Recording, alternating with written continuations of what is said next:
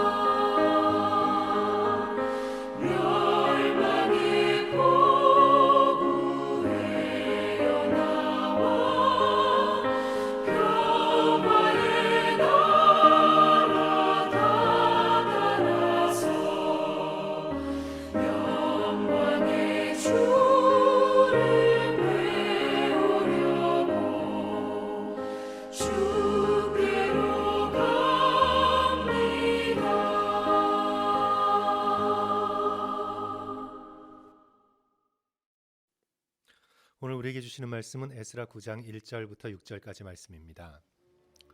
이 일 후에 방백들이 내게 나와 이르되 이스라엘 백성과 제사장들과 레위 사람들이 이 땅 백성들에게서 떠나지 아니하고 가나안 사람들과 헷 사람들과 브리스 사람들과 여보스 사람들과 암몬 사람들과 모압 사람들과 애굽 사람들과 아모리 사람들의 가증한 일을 행하여 그들의 딸을 맞이하여 아내와 며느리로 삼아 거룩한 자손이 그 지방 사람들과 서로 섞이게 하는데 방백들과 고관들이 이 죄에 더욱 으뜸이 되었다 하는지라.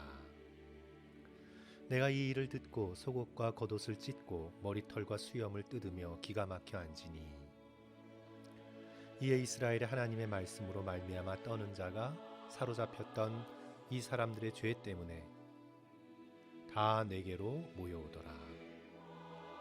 내가 저녁 제사를 드릴 때까지 기가 막혀 앉았더니 저녁 제사를 드릴 때에 내가 근심 중에 일어나서 속옷과 겉옷을 찢은 채 무릎을 꿇고 나의 하나님 여호와를 향하여 손을 들고 말하기를 나의 하나님이여 내가 부끄럽고 낯이 뜨거워서 감히 나의 하나님을 향하여 얼굴을 들지 못하오니 이는 우리 죄악이 많아 정수리에 넘치고 우리 허물이 커서 하늘에 미침이니이다. 아멘. 오늘 본문을 통해 한 가지 질문을 성도 여러분들과 함께 나누고자 합니다. 우리는 무엇을 가장 안타까워하는가? 라는 질문입니다. 오늘 본문의 에스라는 망연자실했습니다. 기가 막혔다란 표현이 나옵니다. 3절 보시면 내가 이 일을 듣고 속옷과 겉옷을 찢고 머리털과 수염을 뜯으며 기가 막혀 앉으니 마치 욥이 큰 재앙을 당했을 때처럼 옷을 찢었습니다. 머리털과 수염을 뜯어버립니다. 서 있을 힘이 없어 기가 막혀 털썩 주저앉아 망연자실합니다.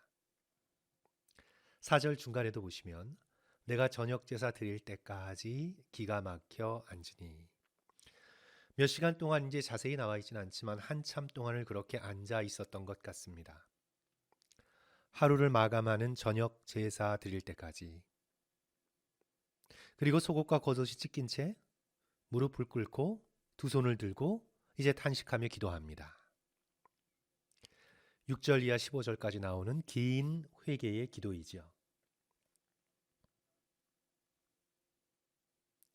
에스라는 무엇 때문에 기가 막혀하고 겉옷과 속옷을 찢고 수염과 머리털까지 쥐뜯으면서 털썩 주저앉아 일어나질 못하는 것일까요? 그가 자식을 잃어버렸나요? 전 재산을 날렸습니까? 병원에서 암이란 소리를 들었나요? 전쟁에서 패배했나요? 관직을 잊어버렸나요? 도대체 무엇 때문에 세상 전체를 잃은 것처럼 이토록 기가 막혀하고 슬퍼하는 것일까요? 성도 여러분, 무엇 때문일까요? 죄 때문에. 그가 죄 때문에 슬퍼합니다. 이스라엘의 죄 때문에 이토록 슬퍼합니다. 6절 기도의 시작이지요. 말하기를 나의 하나님이여 내가 부끄럽고 낯이 뜨거워서 감히 나의 하나님을 향하여 얼굴을 들지 못하오니 이는 우리 죄악이 많아 정수리에 넘치고 우리 허물이 커서 하늘에 미침이니이다. 포로에서 유대 땅으로 돌아온 이스라엘 백성이 다시 타락했습니다. 사사기에서 우리가 볼 수 있었던 패턴이지요. 다시 타락했습니다. 타락의 주범은 섞이는 것이었습니다. 섞지 말아야 할 하나님에 대한 신앙, 예배, 윤리, 가치관 이 모든 것을 비빔밥처럼 세상과 다 섞어버렸습니다. 그리고 입맛만 좋으면 그만이었습니다. 에스라 시대에 그 결과가 그 지방 사람들과 결혼하는 것으로 나타났는데 2절 말씀 보시면 그들의 딸을 맞이하여 아내와 며느리로 삼아 거룩한 자손이 그 지방 사람들과 서로 섞이게 하는데 백성들과 고관들이 이 죄에 더욱 으뜸이었다 하는지라.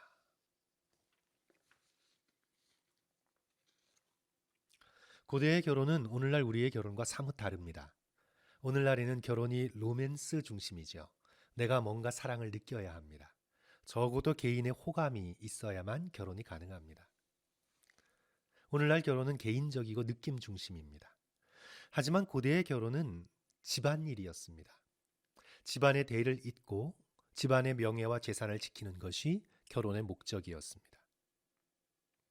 왜 포로로 돌아온 이스라엘 백성이 그 지방의 이방인들과 결혼했냐면, 특별히 이방 여인들과 결혼했냐면, 아무래도 70년 만에 돌아오니 근거를 잃어버렸잖아요. 그 70년 사이에 이방인들이 땅을 차지하고 정치적, 경제적 영향력을 행사하고 있었습니다. 그러니 이들과 혼인해서 좀 안정적으로 살아보자. 경제적으로, 정치적으로 힘을 좀 쌓아보자. 이것이 바로 이방인과 결혼한 동기이고 이방의 집안과 관계를 맺은 그런 이유입니다. 방백들과 고관이 더욱 앞다퉈 이방인과 결혼에 나선 이유이지요. 그렇게 결혼하여 거룩의 영향력을 끼치면 되는데 동기가 잘못되었으니 결과가 좋을 리 없지 않습니까? 오히려 후에 솔로몬처럼 영향을 받습니다. 이방인 아내와 함께 가정에서 또는 이방 신전에서 제사를 드립니다. 그렇게 얻은 자녀들은 약속의 백성도 아니고 이방인도 아닌 혼합주의에 노출됩니다. 하나님을 나눔이 없는 온 마음으로 사랑하지 못하고 우상 숭배와 겸하여 섬기려 합니다. 십계명 제1계명이 깨졌으니 마지막 10계명까지 하나하나 전부 다 범하게 됩니다. 바로 이런 이스라엘의 죄에 에스라는 탄식합니다. 자기 자신만 생각하자면 이렇게까지 괴로워할 이유가 뭐가 있나? 우리는 개인적인 관점에서 그렇게 생각할 수 있지만 에스라는 개인의 죄와 공동체의 죄를 분리할 수가 없었습니다. 이스라엘의 죄가 자신의 죄요. 이스라엘의 우상 숭배가 자기의 우상 숭배였습니다.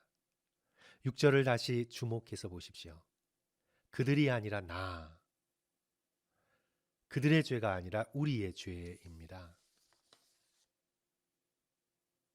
나의 하나님이여, 내가 부끄럽고 낯이 뜨거워 감히 나의 하나님을 향하여 얼굴을 들지 못하오니 이는 우리 죄악이 많아 정수리에 넘치고 우리 허물이 커서 하늘에 미침이니이다. 성도들께서 오늘 시간 내셔서 9장 1절부터 우리 끝까지 15절까지 성도 여러분 함께 쭉 읽어보십시오. 에스라는 이스라엘의 죄를 자기 죄처럼 슬퍼합니다. 탄식합니다. 그리고 회개합니다. 이스라엘의 이 거룩한 슬픔이 이스라엘의 소망이 됩니다. 왜냐하면 의인 에스라가 이스라엘의 죄를 자기의 죄로 여기고 하나님께 나아가 중보하고 있기 때문입니다.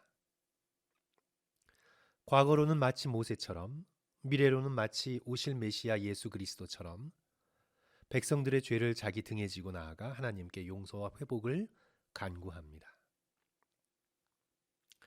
다시 질문으로 돌아가 나는 무엇을 가장 안타까워하는가? 성도 여러분 자신을 돌아보며 한번 물어보십시오.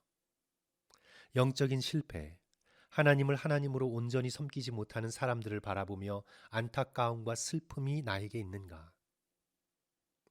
자녀가 그저 성공했다고 좋아합니다. 너무 바빠서 예배드릴 틈도 없는데, 성경을 펼칠 마음조차 없는데 연봉이 높다고 출세했다고 자랑합니다. 자녀가 결혼할 집안이 부자라고 상류층이라고 뿌듯해합니다. 그 집안은 절에 나가는데, 사윗감은 전혀 신앙이 없는데 결혼 잘하는 거라고 기뻐합니다. 성도 여러분, 오늘날은 거룩한 영적인 슬픔을 상실한 시대입니다. 황금 송아지를 만들어 놓고 좋아서 춤추며 뛰놉니다.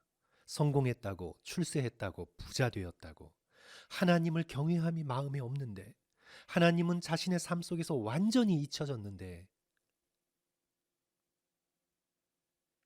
미국의 어느 고등학교에서 쉬는 시간에 한 여학생이 나와 빅 뉴스가 있다고 하면서 자신이 임신했다고 발표합니다. 친구들이 박수를 쳐줍니다. 축하한다고. 아빠가 누구냐고 물었는데 아빠가 모른다고 웃으며 대답하자 더 환호성을 지르며 그래도 축하한다고. 모든 고등학교가 다 그러는 게 아니겠죠. 어떤 경우든 생명은 고귀합니다. 소중합니다. 하지만 성도 여러분, 지금 이 상황이 정말 축하할 일인가요? 아버지가 누구인지도 모르고 미혼모가 될 상황인데 이게 지금 축하할 상황인가요? 미국에서의 결혼과 성과 임신이 이렇게까지 엉망이 되어버렸는데 정말 무엇을 기뻐하고 무엇을 축하하는 것일까요? 오늘날 저와 여러분이 살고 있는 이 미국 땅은 거룩한 슬픔을 상실한 시대입니다. 무엇을 기뻐해야 하는지, 무엇을 슬퍼해야 하는지 방향 감각을 잃어버린 시대입니다. 이 시대 속에서 믿는 우리도 때로 허우적거리며 그렇게 세상의 시류를 쫓아 인생을 살아가고 있는 듯 보여집니다. 제가 성도들께 한번 말씀드렸던 기억이 나는데요. 제가 오래전 돌아가신 권사님 한 분이 지금 생각이 나는데 아들이 저 북쪽으로 올라가서 큰 땅에 큰 집을 샀어요. 땅이 100에이커가 되는 그런 농장을 겸한 큰 주택을 산 겁니다. 그런데 이 권사님이 기뻐하질 않으시더라고요. 신방을 갔는데 근심스러운 얼굴로 저에게 기도를 부탁하셨습니다. 아들이 장로님이셨는데 목사님, 저는 아주 걱정이 돼요. 저렇게 교회에서 멀리 떨어진 곳에 가서 저 큰 땅과 집 가꾸느라 신앙생활 제대로 못하고 교회를 제대로 섬기지 못할까 저는 정말 걱정이 돼요. 목사님 기도해 주세요. 얼굴에 근심과 슬픔의 빛이 역력했습니다. 그냥 여느 부모 같으면 잘 투자했다고 앞으로 금싸라기 될 땅인데 멀어도 잘 올라갔다고 내 아들 큰 땅, 큰 집 샀다고 대견해 할 수 있는데 그 권사님은 정말 슬퍼하시더라고요. 놀라운 믿음의 권사님이셨습니다. 저의 목회에서 이런 권사님이 계셨다는 게 감사할 따름입니다. 사랑하는 성도 여러분, 오늘 본문의 에스라의 모습을 바라보면서 철저히 하나님 중심의 삶을 살 수 있도록 주님 저를 도와주세요. 이렇게 기도하시기 바랍니다. 하나님께 가까이 가는 것이 복이요 멀리 떨어지는 것이 저주임을 참으로 믿게 해주세요. 기도하십시오. 평생을 하나님 가까이 머물게 해주세요. 하나님으로부터 멀어진 이 세상을 바라보며 에스라처럼 아파하고 슬퍼하며 기도할 수 있는 거룩한 슬픔을 저에게 주시옵소서. 이렇게 간구하는 저와 성도들 되시기를 간절히 축원합니다. 기도하겠습니다. 사랑의 주님, 오늘 우리가 무엇을 기뻐해야 하는지, 무엇을 슬퍼해야 되는지 에스라처럼 확실하게 분명히 알 수 있는 지혜를 우리 가운데 허락해 주시옵소서. 모든 것을 하나님 중심으로 바라볼 수 있는 영적인 눈을 열어 주시옵소서. 이 미국 땅이 점점 잘 살고 또한 아메리칸 드림이 이루어지는 것 같이 보이는 땅일지라도 우리 믿음의 백성은 다시 하나님 말씀을 굳게 붙들고 서서 하나님으로부터 멀어진 이 세대를 바라보며 거룩한 슬픔을 품을 수 있도록 도와주시고 또한 교회의 일, 교회의 신앙, 교회의 상태가 나의 일인 것처럼 아파하며 슬퍼하며 기도하며 섬기며 주님 앞에 무릎 꿇어 나갈 수 있는 에스라와 같은 이 타락한 시대의 거룩한 의인이 되어질 수 있도록 우리를 도와 주시옵소서. 이 에스라의 기도가 저와 우리 성도들의 기도가 되기를 소원합니다.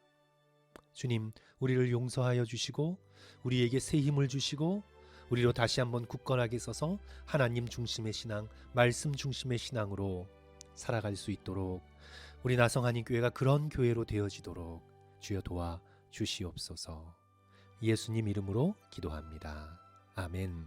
성도 여러분, 들어주셔서 감사합니다. 오늘도 기쁘고 또 즐겁게 또 감사함으로 보내시기를 주님의 이름으로 간절히 축원합니다. 감사합니다.